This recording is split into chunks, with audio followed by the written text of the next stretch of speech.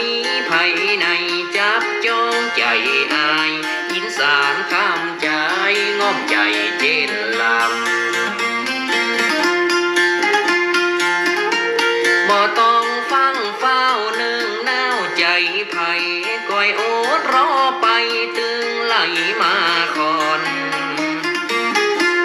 จะตาหน้าบุญเตื่อมนูนยามพร้อมจะรออีน้องคนนั้นเนื้อในน้องบ่มาเกิดพี่ตึงบ่ยอมตายจะรออีนายสีไก่มาตองยังบ่จับจองจะรอเธอเต้านาน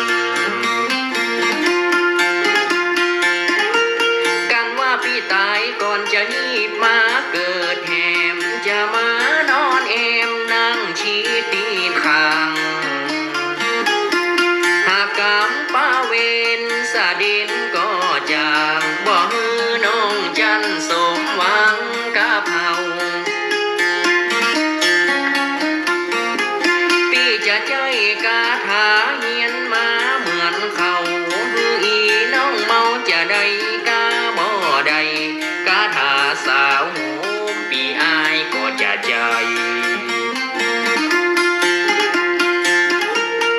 โอมจูลูโอมจูลูสาวหันกูเมื่อนึ่งมาหันเสือสาวไป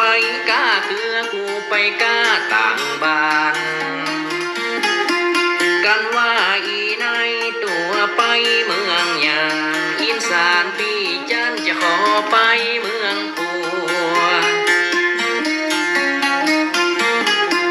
กันอีน้องตัดสินใจเอาผัวผลลาถึงชัวพี่เป็นบ่าวเกินเท่าอันนี้กาถาของเฮาสาวถึงเมาแต่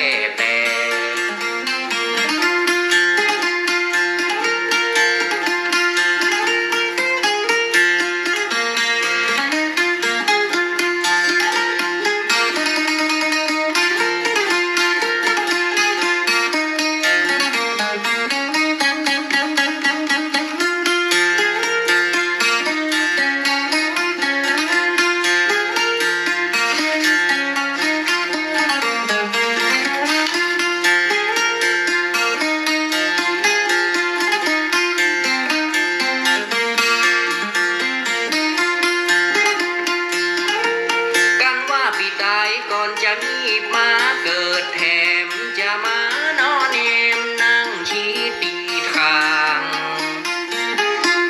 หากกำป้าเวนสะดินมาก็จะ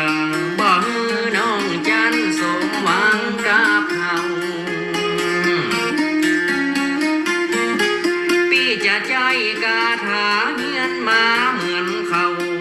อีน้องเมาจะได้กาบ่ได้กาถาสาวโห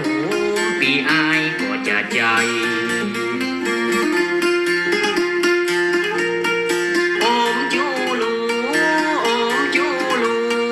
สาวหันกูเหมือนนึ่งมาหันเสือสาวไปกาเคือกูไปกาต่างบ้านกันว่าอีนายตัวไปเมืองยางอินสารพี่จันจะขอไปเมืองปัว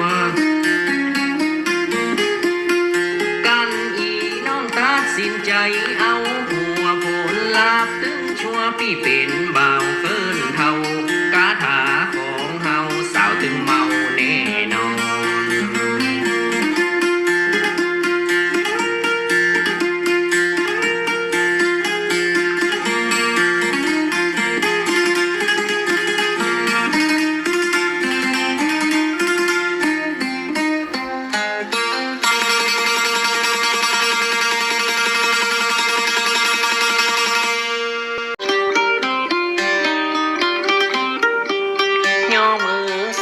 นิ้วกายคิ้วเกษาอาหังวันตาสาตูน้ำไว้ก่อนตีจะสออินสารน้องไทยขอยกไว้ปิดตามารดา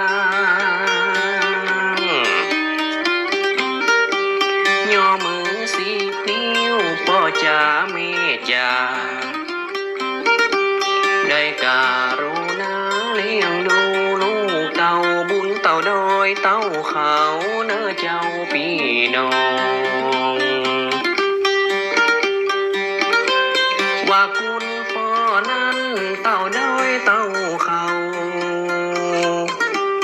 ว่าคุณแม่เฮาเต่าเล่านางกวางเลี้ยงดูลูกไม้ใหญ่มาอย่างนั้นบ่แตกบ่บางรักษาดีบ่ใหญ่กองใหญ่แต่ตักดีหลีแม่กินนาลีเลี้ยงดูลูกเต่าตั้งใจเอาในปางเมื่อนั้นคุณพ่อ21คุณแม่12ได้ตอบสนองต้องคุณลูกเต่าจงมันเต้นคุณอุดหนุนปิดตามารดาตุนตัวของเจ้าเน้อลูกเต่าใหญ่นากาบานวันนี้มาสอนไอ้น้อยอินสานสลีขิงปั้นก้อยไข่ก้อยแก่บัวลอยบัวเลบ่นีแควแม่น้ำบ่ใหญ่กองใหญ่เลี้ยงดูบูตาพร้อมกับธิดาของตัวแม่เจ้าส่งเล่าส่งเรียนหนังสือหนังหา